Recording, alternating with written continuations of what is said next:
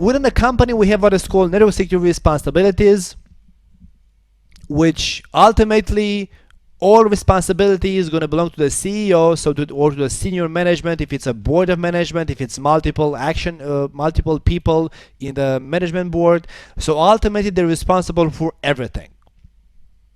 Then we have what is called the security management, which in general is the security information, is the CISO, so is the information security officer, which the information security officer is responsible for providing guidance to the senior management and defining security policies.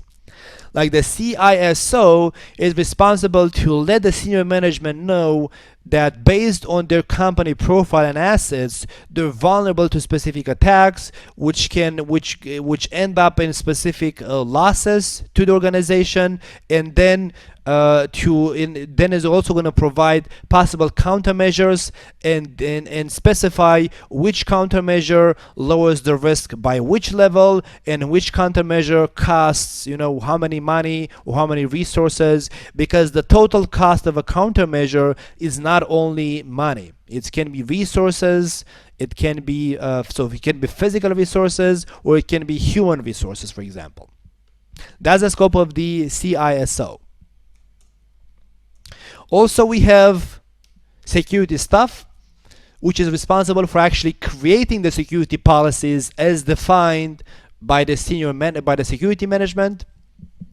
And it's also responsible for implementing those security policies.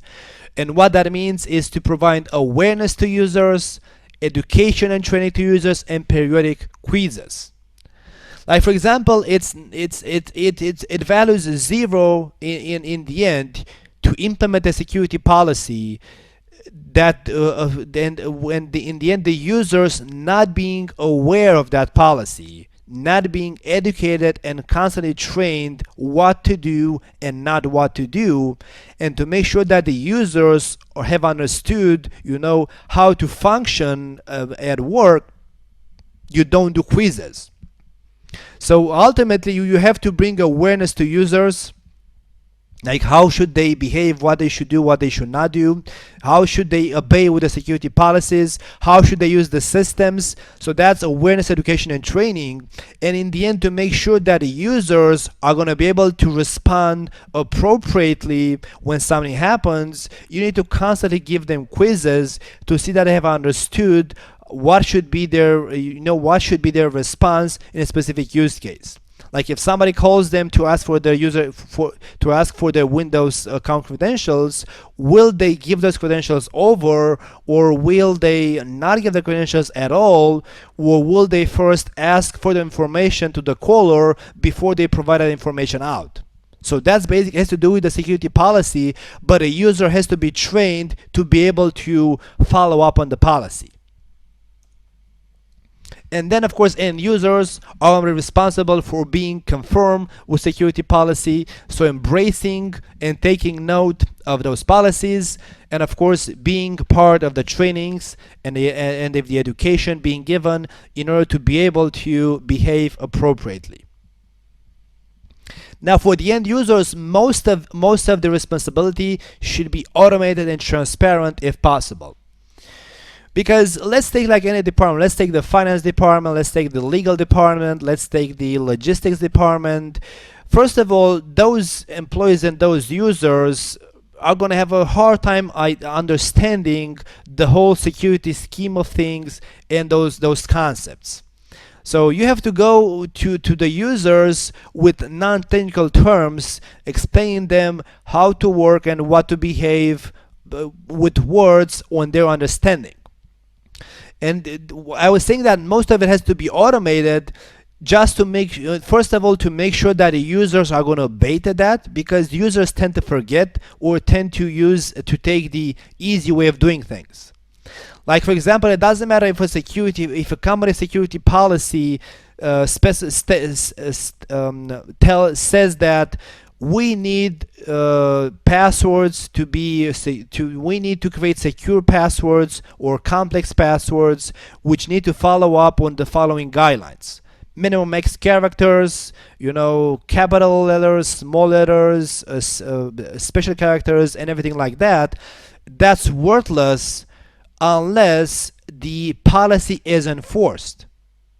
So if you give the user the chance, even if the policy is in place, if the system allows the user to put a weak password, that's the first thing the user is going to do.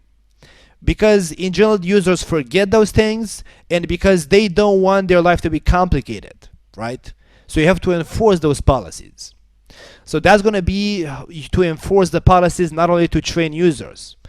Likewise, the user should be trained to know how should they create the password. Because the system is just going to tell that the password is not good enough, it's not complex enough, but it doesn't tell them what to put in the password. So then the training is responsible for that portion, to tell the users, hey, to create the password, use this method. It has to contain this inputs. Well, likewise, for example, other kind of countermeasures which are conform to the security policies and should be automated and likely transparent is, for example, if you implement data on X control at the network, which means each connected device has to be authenticated to the network before getting authorized. So at that point, let's say that your 802.1x configuration, authentication configuration, relies on username and password or on certificates. You don't want the computer to pop up on the user to ask him which certificate do you want to use to authenticate to the network, or which username and password do you want to use to authenticate to the network. Because the user is going to start calling the help desk saying, hey, the system is asking me for this data, what do I put in there? Because he's gonna basically like freak out, not knowing which of the credentials should he put in there, or being scared of not putting the wrong passwords, or believing maybe somebody attacks his computer.